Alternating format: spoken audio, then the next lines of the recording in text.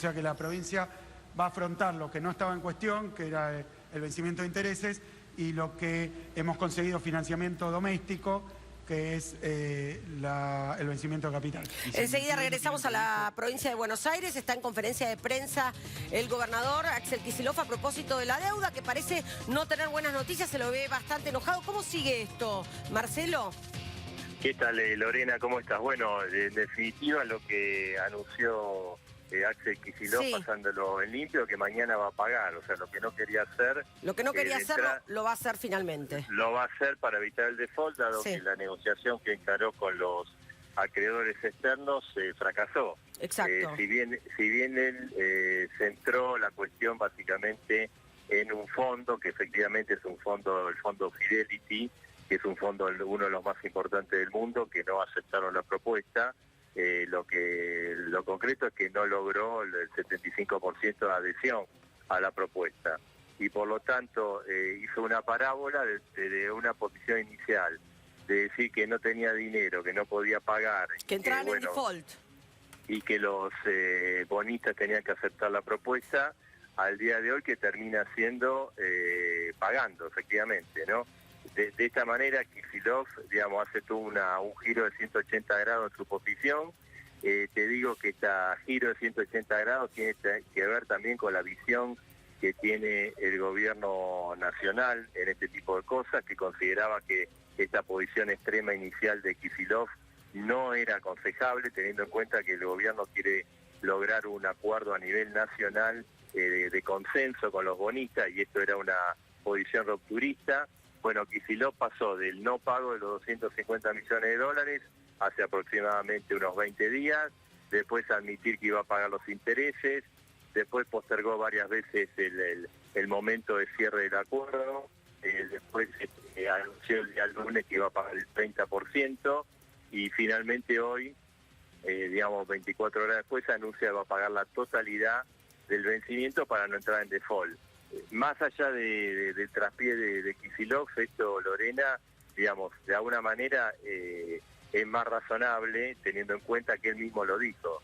Es un vencimiento de 250 millones de dólares contra una deuda de 11.000, o sea, era absurdo entrar en default por una deuda de 250 millones de dólares, que obviamente la propia provincia de Buenos Aires, como él contó, pudo obtener ese dinero, claro, y va a poder afrontar mañana la deuda. Era prácticamente absurdo que no solo la provincia, sino que esto iba a complicar toda la estrategia a nivel nacional por 250 millones de dólares. Ten en cuenta que la deuda argentina que se va a renegociar es un total de 300.000 millones de dólares y la deuda de la provincia 11.000, o sea, era absurdo el planteo inicial de Kicillof, por eso me parece que de alguna manera entró en razones, y después del fracaso que tuvo en la negociación, más allá, digamos, encontrarte con fondos duros, buitres, todo eso es lo natural, no es lo antinatural, claro, en este tipo de negociaciones. Con lo cual, al fracasar la negociación, bueno, vuelve todo a su cauce, paga, la provincia no entra en default mañana. Bien, no entra, y no porque llegaron a un acuerdo, como vos lo decías, sino porque efectivamente Kicillof ya confirmó que lo va a pagar con fondos de la provincia. Sí, digamos, en la conferencia, digamos, lo dijo así un poco al pasar, sí, pero dijo que no había llegado a un acuerdo, le echó la culpa a este fondo Fidelity, pero bueno, el fracaso fue de la provincia de Buenos Aires, que tenía un objetivo y no lo obtuvo. Y dijo que había hecho una colocación en los últimos días, iba a pagar con fondos propios, no con el fondo de la provincia, y a partir de hoy va a renegociar todos los vencimientos de la deuda, ¿no? Que ahí los detalló, abre un inicio de negociación a partir del día de hoy o de mañana. En adelante era lo que le recomendaban la mayoría de la gente, que la provincia pagara en su momento, anunciara que iba a pagar el vencimiento y iniciar a partir de ahí una renegociación de la deuda. Kicillof quiso hacer un gesto político de dureza, diferenciarse del gobierno nacional, sí, algún tipo de esas cosas, pero le salió mal. Igual, claro, te digo, Kicillof lo dijo, lo dice el Gobierno Nacional, que todo estuvo coordinado. Sí, dice que estuvo hablando incluso hoy con Alberto Fernández, ¿no? Sí, de gira por Europa.